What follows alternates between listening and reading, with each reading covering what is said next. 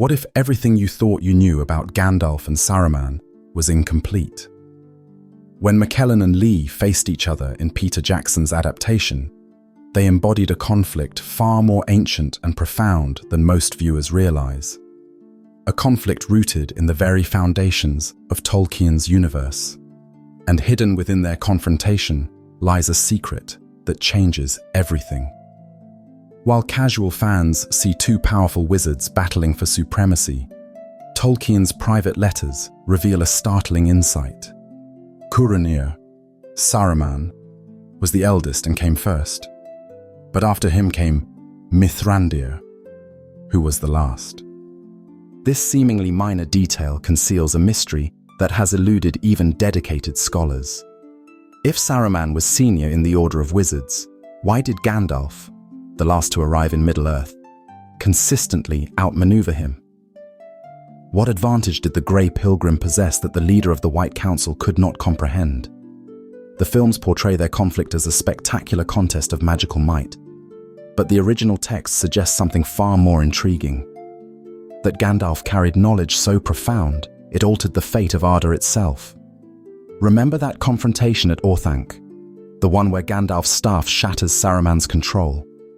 The books tell a dramatically different story, one without magical pyrotechnics, but filled with something far more powerful. And understanding this difference unlocks a revelation about Tolkien's entire mythology that most readers have completely missed. I'm about to share with you the true secret Gandalf kept, not just from Saruman, but from almost everyone in Middle-earth. By the journey's end, you'll never see these wizards the same way again. And more importantly, you'll discover why this hidden dynamic matters not just for Middle-earth, but for our world today. But I should warn you, once you understand what truly separated these two Maya spirits, you may find yourself questioning which of them you more closely resemble. The truth begins with a flame older than time itself. Welcome to Middle-earth Unveiled. If you enjoy thoughtful explorations of Tolkien's universe, subscribing helps our small fellowship grow and reach others who share your passion. Let's dive in. Recall the film's iconic Orthanc confrontation. Ian McKellen's Gandalf defiantly shouting, "You have no power here," as Saruman's staff shatters into splinters. But in Tolkien's version, in The Fellowship of the Ring, Book 2, Chapter 2, something fascinating happens, or rather, doesn't happen. No physical battle occurs. This crucial difference isn't just a filmmaker's embellishment. It highlights the story's true battleground, the realm of hidden knowledge and divine purpose. Think about this. Both wizards began as immortal spirits who helped create the universe. Both were sent to Middle-earth with the same mission. Both possessed immense knowledge of magic and lore. Yet one fell into darkness, while the other became Middle-earth's greatest defender. What made the difference?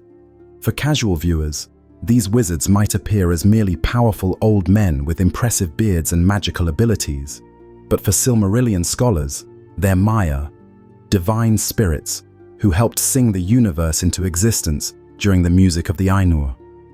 Imagine being present at the birth of the universe, helping sing it into existence.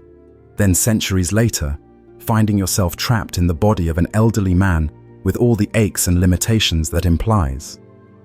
To understand their fundamental rift, we must journey back to the Second Age, when the Valar created the Istari, the Order of Wizards. Though Saruman arrived first as the White Wizard, Unfinished Tales reveals something crucial. The Valar gave the five wizards different modes of thought and feeling. The films simplify their relationship, but Tolkien's deeper lore suggests Gandalf carried a secret flame kindled before the music of the Ainur, knowledge even Saruman's vast intellect couldn't comprehend. Have you ever wondered why Saruman, supposedly the wisest and most powerful, fell so completely while Gandalf remained steadfast? What essential truth about his own nature did the White Wizard forget? A truth Gandalf never lost sight of. See through Saruman's eyes as he gazes into the Palantir, a world reduced to strategic calculation, moves and countermoves, resources to be exploited. Then shift to Gandalf's perspective, where each life glows with inner purpose, where even the smallest hobbit carries a flame worth preserving. The conflict between these wizards isn't just ancient history. It's a blueprint for understanding the very essence of Tolkien's moral universe. And what I'm about to reveal about the flame Imperishable will make you question everything you thought you knew about how magic truly works in Middle-earth. When Gandalf tells Saruman, "The burned hand teaches best," he's referencing more than practical wisdom about dragonfire. Compare this to the Silmarillion's creation account. Ilúvatar made visible the flame Imperishable. Saruman dismisses this wisdom as folly, revealing his blindness to Eru's secret fire. But why would a Maya, a spirit present at creation, forget such divine truth? Here's where casual readers and hardcore Tolkien scholars often diverge in their understanding, but both are missing a crucial connection that explains everything from Gandalf's fireworks to his resurrection after the Balrog. To casual readers, the flame might seem like abstract mythology, but lore masters recognize it as Eru's creative spark, the essence of free will and being that even Melkor could not replicate. This divine fire transforms creation from mere machinery into something truly alive. Picture Gandalf's fireworks in the Shire, not mere entertainment, but the flame Imperishable, dancing in miniature. Feel the warmth as colors burst against the night sky, momentarily connecting the hobbits to creation's first light. This wasn't just Gandalf showing off. It was Gandalf reminding the hobbits, and himself, of what really matters. Saruman's declaration, "The time of the elves is over," exposes his fatal flaw. He sees power as domination, not stewardship. Gandalf's quiet acts, comforting Pippin before battle, guiding Aragorn toward kingship, sitting in silence with Frodo, reveal his reverence for the flame within all beings. Consider when you've dismissed something as insignificant, only to discover its essential value later. This mirrors Saruman's error, seeking power through dominance, while Gandalf discovered it through inspiration and protection. This pattern reveals an intriguing possibility. What if the flame Imperishable isn't just metaphorical, but manifests differently in each being? Consider how Gandalf describes the hobbits to Saruman. "You have grown blind to that which is small." This hints at something profound. Perhaps Gandalf's secret was seeing the divine spark in Middle-earth's smallest creatures, precisely where Saruman never thought to look. But the real evidence of this difference isn't in their words. It's in what they created. And Saruman's greatest creation reveals everything about why he could never truly understand Gandalf's power. Saruman's ringcraft explicitly mirrors Sauron's, but carefully analyze his boast. "For I am Saruman the Wise, Saruman Ringmaker." Meanwhile, Gandalf steadfastly refused to touch the One Ring. Unfinished Tales reveals why. His ring lore, taught directly by Nienna, the Valar of Mercy in Valinor, ran deeper than Saruman's mechanical understanding. Note the profound irony here. The wizard obsessed with rings of power was given none, while the wizard who renounced domination was entrusted with one of the 3 most powerful rings in Middle-earth. This contradiction isn't a plot hole, it's the key to understanding Tolkien's entire philosophical framework. For film viewers, while Jackson showcases Saruman's Uruk-hai breeding pits, the books emphasize his ring forging, a critical detail that illuminates his corruption. By pursuing Sauron's craft, he aspired to become a second Dark Lord. The difference manifests physically. Saruman surveys Middle-earth from Orthancs's pinnacle, like a chessboard of armies, while Gandalf kneels at eye level with a hobbit's trembling hands as they clutch the ring. Feel the cold stone beneath Saruman's feet, then the warm earth under Gandalf's as he meets Frodo's gaze. 2 perspectives on power that could not be more different. Saruman proclaims, "We can bide our time, we can keep our thoughts in our hearts," while Gandalf counters, "He that breaks a thing to find out what it is has left the path of wisdom." These contradictory philosophies reveal their fundamental difference in approaching knowledge itself. You might be thinking, isn't this just about Gandalf being more virtuous? But that misses something crucial. Consider this paradox. What if Saruman's pursuit of ringcraft wasn't just about gaining power, but about attempting to replicate something he sensed Gandalf already possessed? This is where things get truly fascinating. Let's examine their contradictory approaches to power. Saruman created a ring to dominate. Gandalf carried Narya, but rarely used its power. The deeper truth? Saruman's ring-making was an attempt to replicate through craft what he sensed Gandalf already possessed naturally, a connection to the primordial creative force that no forged object could ever contain. And this brings us to the most tangible evidence of Gandalf's secret flame, a gift given to him by the oldest and wisest of the elves, who saw something in Gandalf that not even Saruman could perceive. Círdan's gift of Narya to Gandalf provides our most tangible evidence. The Red Ring's fire symbolism aligns perfectly with Gandalf's secret name, Incarnus, which likely derives from Quenya roots, meaning mind of fire, or mind master. By contrast, Saruman's name Corunir merely means man of skill. Many readers miss this crucial moment. Círdan, who had lived through 3 ages of Middle-earth and seen the rise and fall of kingdoms, looked into Gandalf's eyes and saw something that made him surrender one of the most powerful artifacts in existence. What did he see that we've been missing all along? For casual viewers, though the films never show Narya on Gandalf's hand, its presence illuminates his confrontation with the Balrog. "I am a servant of the secret fire, wielder of the flame of Anor," isn't merely impressive dialogue. It's a declaration of his direct connection to the flame Imperishable itself. For Tolkien linguists, names encode destiny throughout the legendarium. Gandalf's fire associations versus Saruman's skill, or craft, reveal their essential natures. Even their Maya origins reflect this. Gandalf was of the people of Manwë and Vardar, associated with air and light, while Saruman was of Aula's people, the craftsman Valar, whose greatest student, Sauron, also fell. The moment Gandalf ignites his staff in Khazad-dûm isn't just combat.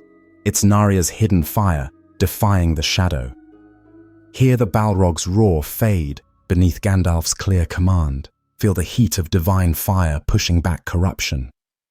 This isn't just a wizard using magic. It's a Maya reconnecting with his fundamental nature. Tracking Gandalf's relationship with fire from his fireworks in the Shire to his transformation after the Balrog reveals a consistent theme of purification rather than destruction. He illuminates rather than consumes. This raises a profound possibility that inverts our understanding of these wizards. Narya wasn't given to Gandalf because he required its power. The ring was drawn to him because it recognized the fire already burning within him. Now we need to examine what Tolkien himself said about this. In letter number 156, he explicitly explains Gandalf was the enemy of Sauron, opposing the fire that devours and wastes with the fire that kindles. This contradiction reveals something crucial. Gandalf's fire and Sauron's fire appear similar, but have fundamentally different natures. One consumes, one creates. Saruman, in his hubris, couldn't distinguish between them. He saw Gandalf's restraint as weakness rather than recognizing it as the true mastery of fire, not to destroy, but to inspire. But if this connection to the primordial flame was so crucial, why wasn't Saruman also given this understanding from the beginning? The answer lies in the original mission the Valar assigned to each wizard, and the unexpected choice that separated their destinies forever. The Silmarillion establishes that Manwë specifically chose Gandalf as Eru's instrument, a selection never extended to Saruman. This explains Gandalf's declaration after his return. "I am Saruman, Saruman as he should have been." Here's the part that changes everything about how we understand the wizard's hierarchy. Tolkien's writings suggest Gandalf wasn't originally meant to be the leader at all. His rise wasn't a promotion. It was a restoration of the original divine plan that Saruman had rejected. For film viewers, while Gandalf's transformation to white in the films suggests promotion or power upgrade, Tolkien's intent runs deeper. The white robes signify his unveiled purpose. He isn't merely replacing Saruman, but embodying what Saruman was always meant to be. Contrast. Saruman's tiny figure pacing Orthanca's tower, with Gandalf's luminous resurrection atop Celebdil, dwarfed only by the mountains themselves. Feel the isolation of Saruman's manufactured height, compared to Gandalf's natural elevation, one built by domination, the other bestowed through sacrifice. What drove Saruman to betray his purpose? His statement that knowledge, rule, order should replace the old alliances reveals his fundamental misunderstanding of his mission. He sought to impose his will rather than inspire resistance against darkness. He became what C.S. Lewis, Tolkien's close friend, called a conditioner rather than a guardian. Ask yourself this question. When have you been tempted to force your vision on others rather than inspiring them to find their own path? This is precisely the temptation Saruman couldn't resist, and it's eerily relevant to our own struggles with power and leadership today. The manuscript history offers another revelation. In Tolkien's early drafts, Saruman didn't exist. Gandalf was the only wizard. Saruman emerged as Gandalf's narrative shadow, the cautionary example of a Maya who loses sight of Eru's purpose. Their divergent paths represent not just character arcs, but Tolkien's theological exploration of free will versus divine plan. Saruman chose self-determination. Gandalf submitted to a higher purpose, and therein lies the secret Saruman could never grasp. True power comes from surrender, not control. And this brings us to the heart of Gandalf's secret, a truth so profound, it explains not just why he defeated Saruman, but why he was the only being in Middle-earth who could have resisted the One Ring's temptation. The secret lies in Tolkien's concept of Estelle, hope beyond reason or evidence. When Gandalf tells Frodo, all we have to decide is what to do with the time given us, he's channeling Ilúvatar's vision from the music of the Ainur. Saruman's downfall came from rejecting this fundamental truth. He that breaks a thing to find out what it is has left the path of wisdom. Consider this stunning realization. What we're witnessing between these wizards isn't just a battle of good versus evil. It's the living embodiment of Tolkien's answer to the most fundamental question of existence. What is the true nature of power? Imagine flashing between Saruman's corpse in the Shire mud and Gandalf sailing west at the Grey Havens. One spirit dissolved into bitterness, the other returning to timeless light. Feel the weight of Saruman's body against the earth contrasted with the lightness of Gandalf's spirit, ascending beyond the circles of the world. Here lies our central revelation. While Gandalf remained Olorin at his core, a lover of the Eldar who whispered in their hearts wisdom or fair visions, Saruman abandoned his true nature, degrading into a mere client of Sauron. Letters, number 156. Tolkien confirms this directly, stating Gandalf was the only person who could direct the resistance and refrain from establishing a rival domination. His advantage wasn't a hidden weapon or spell. It was unwavering faith in Eru's design, a connection to the flame Imperishable that Saruman's machine mind rejected. The secret was never knowledge withheld. It was self-knowledge abandoned. Both began as Maiar of equal standing, but while Gandalf preserved his essential nature, Saruman became captivated by his Middle-earth identity and status. Yet, a more unsettling interpretation exists. Saruman recognized Gandalf's connection to the flame Imperishable all along.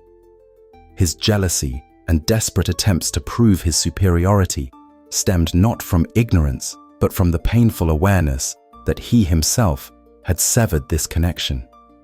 Consider this cultural context.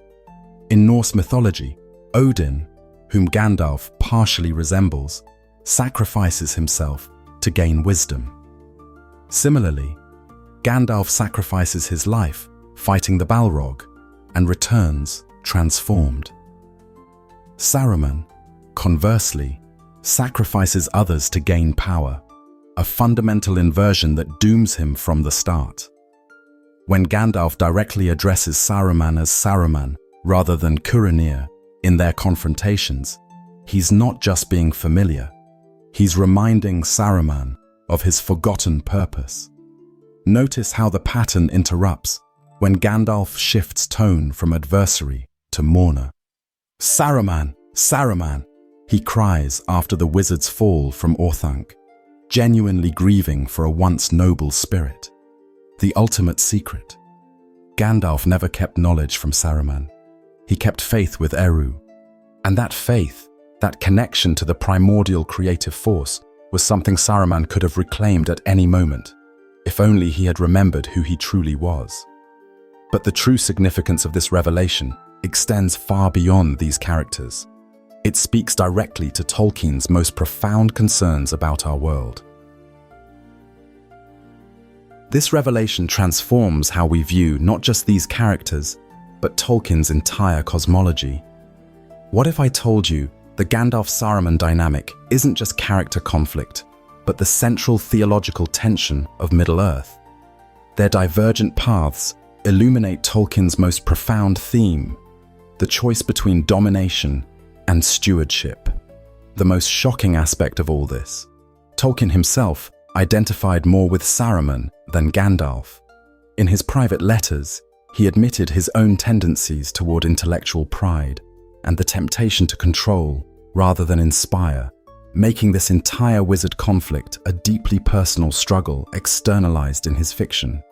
Imagine an alternate Middle-earth where Saruman remembered his purpose, where two white wizards stood against Sauron, combining Saruman's craft with Gandalf's compassion. Visualize the restored Isengard becoming a beacon of hope rather than a fortress of industry. For modern readers, this revelation offers a blueprint for authentic leadership. Gandalf's power came not from controlling others, but from inspiring their best selves. What management theorists now call servant leadership. Saruman represents the opposite, leadership through domination and fear. I want you to consider your own life for a moment. When have you been tempted to control rather than inspire? When have you forgotten your true purpose in pursuit of efficiency or power? These are the same tensions Tolkien explored through his wizards. The true battle wasn't Orthanc's confrontation, but Gandalf lighting the beacons of Gondor, igniting hope rather than destroying opposition. Feel the difference between Saruman commanding through fear and Gandalf inspiring through hope. Imagine the warmth of those signal fires spreading across the mountains, connecting isolated outposts into a network of common purpose. Exactly what Gandalf did for the free peoples. In our world of technological advancement and AI, Saruman's mind of metal and wheels feels eerily prophetic. His industrialization of Isengard mirrors our own environmental crises. Gandalf's alternative, respecting natural order while embracing progress, offers wisdom for our climate challenges. I've been building toward this surprising fact. Tolkien himself identified more with Saruman than Gandalf. In letter number 181, he admits to having a Sarumanic voice and fearing the corruption of knowledge. This makes Gandalf's secret even more poignant. It was Tolkien's aspirational self, his hope for redemption from intellectual pride. Beyond Middle-earth, this conflict reflects Tolkien's internal struggle, and our own, between controlling what we fear and inspiring what we love. For film viewers, this perspective transforms every McKellen Lee scene from mere magical combat into a clash of fundamental worldviews that resonates in our daily choices. Tolkien embedded this wisdom throughout his work. When Gandalf counsels Frodo, "Even the very wise cannot see all ends," he offers the precise antidote to Saruman's corruption: humility before mystery. In our age of data and certainty, Tolkien reminds us that true wisdom emerges not from accumulating knowledge, but from preserving our capacity for wonder.